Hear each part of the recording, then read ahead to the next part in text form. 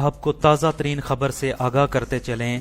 پاکستان تحریک انصاف کے ٹکٹ پر حلقہ NA-65 سے MNA منتخب ہونے والے سید فیض الحسن شاہ نے تحریک انصاف سے راہیں جدا کر دیں۔ سابق MNA سید فیض الحسن شاہ نے گوجرانوالہ میں پریس کانفرنس کرتے ہوئے 9 مئی کو ہونے والے واقعات کی مذمت کے ساتھ پاکستان تحریک انصاف اور عمران خان سے لا تعلقی کا اعلان کیا۔ سید فیض الحسن شاہ کے ساتھ سابق MP چودھری محمد ارشد نے بھی پارٹی سے لا تعلقی اور سیاست سے دستبردار ہونے کا اعلان کیا۔ سابق MNA سید فیض الحسن شاہ کو چند روز قبل گجرات کے قریب سے گرفتار کر کے نامعلوم مقام پر منتقل کیا گیا تھا۔